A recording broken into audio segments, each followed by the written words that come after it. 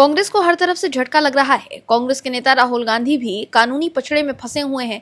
राहुल गांधी की ब्रिटिश नागरिकता के मामले में कोर्ट में सुनवाई चल रही है और कोर्ट से लगातार जो खबरें सामने आ रही है उससे वो सवालों के घेरे में है। इसके अलावा दूसरे कई मामले में राहुल गांधी की चिंता कोर्ट में बढ़ी हुई है।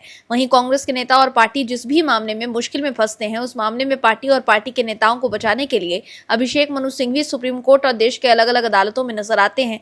हाल ही में जब असम के मुख्यमंत्री हिमंता बिस्वा शर्मा और उनकी पत्नी पर फर्जी आरोप लगाकर कांग्रेस के नेता पवन खेड़ा मुश्किल में फंसे थे तो अभिषेक मनु सिंघवी ने खेड़ा को गिरफ्तारी से राहत दिलवाई थी। लेकिन इस बार सुप्रीम कोर्ट में अभिषेक मनु सिंघवी को बड़ा झटका लगा है। अभिषेक मनु सिंघवी दलील पर दलील देते रहे लेकिन उनकी दाल शीर्ष अदालत में नहीं गली। क्या है पूरी खबर बताते हैं आपको इस रिपोर्ट में।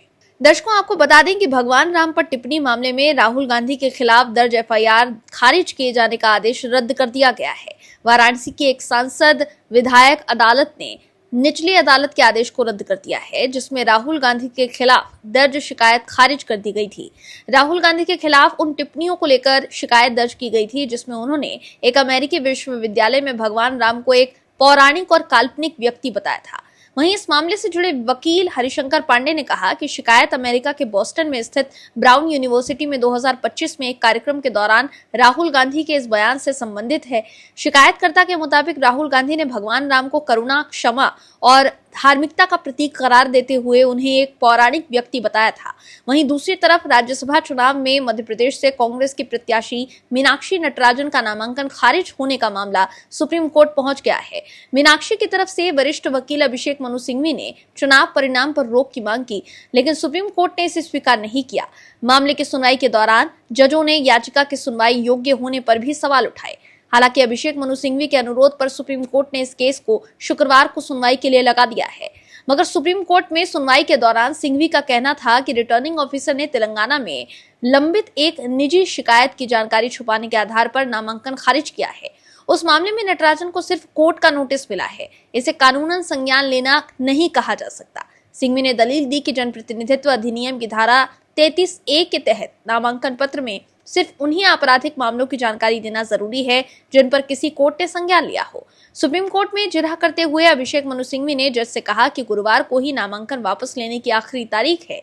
ऐसे में अगर सुप्रीम कोर्ट ने तुरंत सुनवाई नहीं की तो चुनाव परिणाम घोषित हो जाएगा और बीजेपी के तीनों उम्मीदवार विजय हासिल कर लेंगे। मगर जज इस दलील से आश्वस्त नजर नहीं आए। सुप्रीम कोर्ट ने याचिका के विचार योग्य होने पर भी सवाल खड़े किए।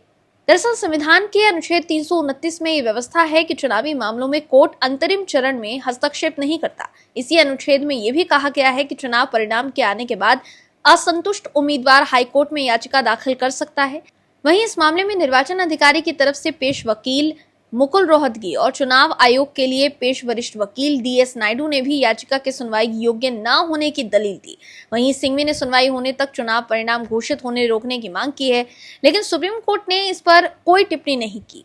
गौरतलब है कि कांग्रेस नेता मीनाक्षी नटराजन के राज्यसभा में नामांकन खारिज होने के बाद कांग्रेस ने चुनाव आयोग पर सवाल उठाया था लेकिन अब सुप्रीम कोर्ट ने भी याचिका के विचार योग्य होने पर सवाल उठा दिए हैं। हालांकि सिंघवी के आग्रह पर सुप्रीम कोर्ट सुनवाई के लिए तैयार हो गया है। वहीं कांग्रेस नेता और अधिवक्ता अभिषेक मनु सिंघवी ने मीडिया से बातचीत में कहा कि उन्होंने चुनाव आयोग से ये कहा है कि आपके पास पूरा अधिकार क्षेत्र है, आप रिटर्निंग ऑफिसर के निर्णय को रिवर्स कर सकते हैं। सिंघवी ने कहा कि रिटर्निंग ऑफिसर का निर्णय कानूनी रूप से गलत है। मीनाक्षी नटराजन का नामांकन जिस आधार पर रद्द किया गया है वो कोई क्रिमिनल केस है ही नहीं, केवल नोटिस दिया गया है। लेकिन इस मामले को लेकर सुप्रीम कोर्ट का जो रुख है उससे साफ है कि कांग्रेस को एक बड़ा झटका लगा है।